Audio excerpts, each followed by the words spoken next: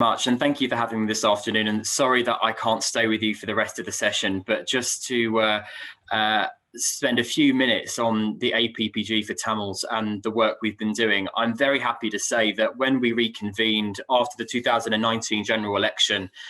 we have a very large number of parliamentarians in the UK Parliament from both the House of Commons and the House of Lords interested in this issue and who are incredibly passionate about securing truth, justice and accountability for the historic human rights violations in Sri Lanka and the ongoing human rights concerns in Sri Lanka. I don't want to go over a lot of the context that the previous speakers have raised. They've articulated the problems very well, and I'm conscious of time. But just to reiterate some of the key points, I think, the ongoing human rights concerns in Sri Lanka are very, very concerning to the UK Parliament indeed. And I think coronavirus and the COVID-19 pandemic has only shone a further light on some of the human rights abuses that we have been a party to hearing this year. We are happy to say that through some of our lobbying work to the UK government, we have been pushing very hard this year for the UK to take a strong line when it comes to Sri Lanka, and indeed to push for an international accountability mechanism at the upcoming UN session in the spring, which I'll say a bit more about in a second. But we have been lobbying very hard to the Foreign Secretary and to the Prime Minister to demonstrate the ongoing human rights concerns in Sri Lanka and why the United Kingdom still needs to play a leading role in the international arena when it comes to holding Sri Lanka to account. Now, this has culminated in the UK government publishing its statement of human rights concerns on the 20th of November. And I'm pleased to say that they have listened to the concerns of the all-party parliamentary group and has listed Sri Lanka as an area of worsening human rights concerns. So the UK government categorizes countries in three ways. They categorize them as areas of improvement, an area of continued concern, which is where that obviously still problems going on. However, they don't think the situation is worsening, or indeed an area of worsening concern, which is where they have categorized Sri Lanka as. And the reason primarily behind the UK government's decision to categorize Sri Lanka as an area of worsening human rights concern is because of the continued ongoing surveillance and intimidation of activists and human rights lawyers in Sri Lanka, the detention without charge of a human rights lawyer, the presidential pardon of a member of the armed forces, one of the only members of the armed forces who was convicted for a wartime atrocity, and indeed the withdrawal from the UN HRC resolutions 30/1, 34/1, and 40/1. We've heard from the other speakers that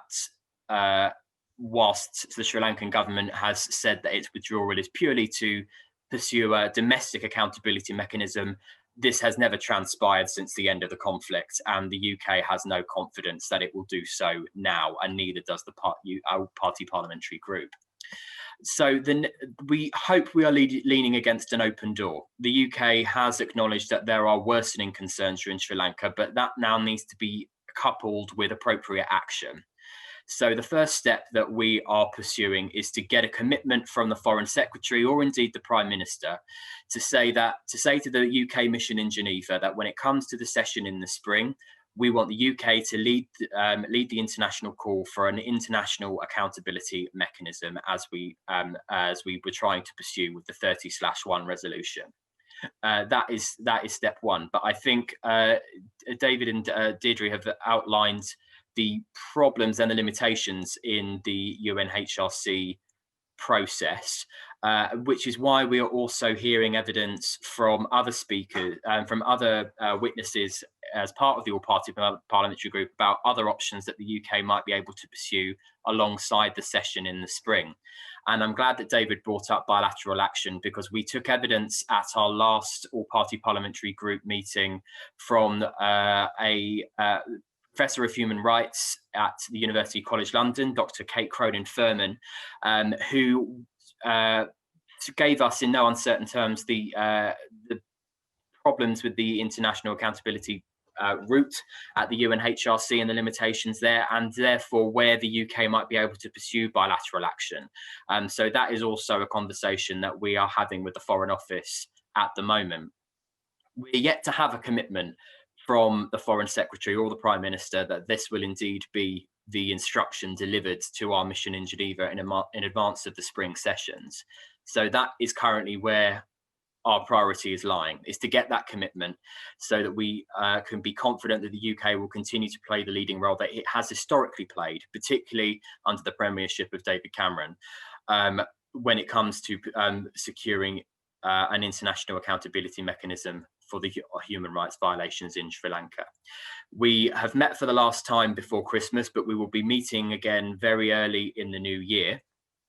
And at that session, we are hopefully going to have a commitment from the United Kingdom government that they will do this, that they will take that leading role, and that they will push for that international mechanism, and that they will be the lead voice in the UN on this. So we hope that early in 2021 we'll be able to report some good news back to you. And if anyone does have any questions for me in particular, I'm sorry that I can't stick around for the Q&A, but do feel free to get in contact with my office, and I'm more than happy to do that. And again, just to reiterate that the All Party Parliamentary Group is a very open and welcoming forum, and we would like to invite anyone with an interest in this issue to come along to our meetings, come along to our sessions, and take part and be an active member. So do get in contact with my office, and we would love to see you at a future meeting of the APPG. But I will leave my remarks there so that you can hear from the other witnesses as well.